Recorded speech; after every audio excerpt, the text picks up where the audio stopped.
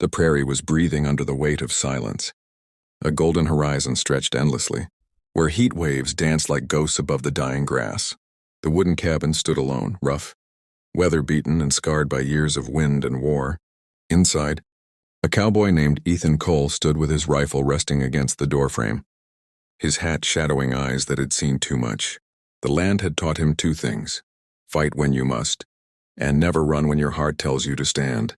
And that day his heart told him not to move an inch.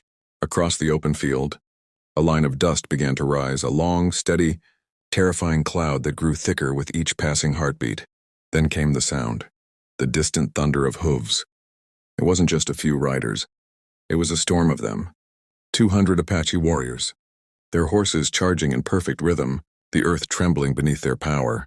Their painted faces glowed beneath the sun, their spears flashing like lightning. They were the desert's vengeance, and they were coming straight for him. Ethan's hands tightened around his rifle. He knew what he'd done, or rather who he'd saved. Inside the cabin, resting on the narrow cot, was Naya, daughter of Chief Taza, the most feared Apache leader in the territory. She had been caught in a trap set by bounty hunters, wounded and alone. Ethan had found her 3 nights ago while tracking wild horses near the canyon. He could have walked away. He should have walked away, but something in her eyes, a fierce spark of pride, mixed with unbearable pain, made him lift her onto his horse and take her home. He had cleaned her wound, kept her alive, and never once touched the weapon at her side. Now, because of that mercy, 200 warriors stood ready to burn him off the face of the earth. The first Apache riders appeared on the ridge, silhouettes against the blinding sky. Naya stirred on the cot, her dark hair spilling like ink over the coarse blanket. When she saw the horizon, her eyes widened. "They've come," she whispered, voice trembling. Ethan didn't answer. He watched as the line of horsemen spread across the ridge like a tide of shadows, surrounding the valley. He knew there was no escape. The cabin sat in an open clearing with no trees, no cover, no chance of running. "If they think I hurt you," Ethan said quietly, "they'll kill me before I take a breath." Naya sat up, clutching her shoulder where the bandage was still fresh. "My father doesn't listen to words," she said softly. "He listens to blood." The sound grew louder, drums, war cries, and the endless rhythm of hooves. The Apache were closing in. Ethan stepped outside, his boots sinking into the dry grass. He lifted his hat slightly, looking at the line of riders approaching from all sides. At their head rode Chief Taza, tall and fierce, his silver hair tied with eagle feathers, his eyes burning with anger. Beside him, riding slightly behind, was Naya's older brother Chaitan, his spear gleaming in the sun. When the warriors stopped, the silence that followed was heavy enough to choke the wind. Ethan stood alone in front of the cabin, gun hanging loosely at his side. He didn't raise it. He didn't bow. He simply waited. The chief dismounted slowly, the earth crunching beneath his boots. He looked at Ethan as if staring into the face of every betrayal his people had ever suffered. "You have my daughter," he said in broken English, his voice low and sharp. "Why?" Ethan didn't flinch. "Because she was bleeding," he said calmly. "And because I don't leave people to die, no matter who they are." Murmurs rippled through the warriors. The chief's eyes narrowed, full of disbelief. "You expect me to believe a white man saved my blood without wanting something in return?" Before Ethan could answer, the cabin door creaked open. Naya stepped outside, her hair braided, the bandage visible on her shoulder. She moved with quiet strength, every warrior's gaze snapping toward her. She walked past Ethan and stood beside him, facing her father. The chief's expression shifted from rage to shock. "Naya," he said in their tongue, "come home." But she didn't move. Her gaze, steady and defiant, turned instead toward the cowboy standing beside her. "He saved my life," she said. "And he asked for nothing. If you kill him, father, his blood will curse the wind that feeds our horses." The warriors stirred again, uneasy, whispering among themselves. Ethan kept his eyes on the chief, though he could feel Naya's presence like fire beside him. The chief raised his hand, silencing his men. "You have the heart of a warrior, my daughter," he said slowly. "But this man is not one of us." "Maybe not," Naya replied. "But the land listens to hearts, not colors." Her voice broke slightly, but she didn't back down. For the first time, Ethan saw the hint of tears in her eyes, though she fought them fiercely.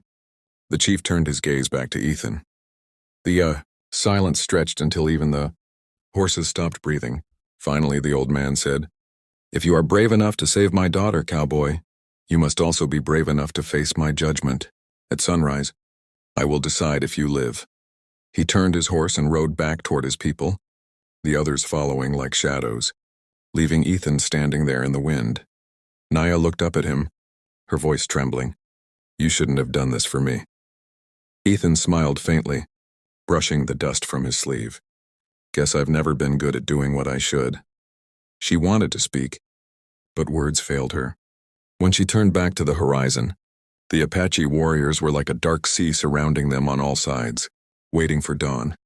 Inside the cabin, the light grew dim, and the prairie outside burned orange beneath the setting sun. Ethan leaned against the wall, checking his rifle one last time.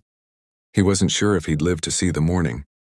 But as he looked at Naya sitting silently near the window, her eyes glinting in the dying light, he realized something strange. He wasn't afraid. Somewhere between saving her life and facing her father's army, he had stopped caring about dying. He only cared that she had looked at him, not with fear, not with pity, but with something he couldn't yet name. That night was long and heavy, full of the restless whisper of wind brushing against the cabin walls. From beyond the field came the low hum of drums, steady as a heartbeat, the sound of 200 Apache warriors waiting for sunrise. Ethan sat cleaning his rifle out of habit more than hope. "You don't have to stay," he said. "When the sun rises, your people will take you home." Naya's eyes stayed fixed on the window. "If I walk away, it will mean I believe you deserve to die. And I don't." The hours bled away and gray light touched the land. Ethan stepped outside, boots crunching on frost-covered grass. The valley was alive. Hundreds of Apache warriors on horseback, their faces painted for judgment.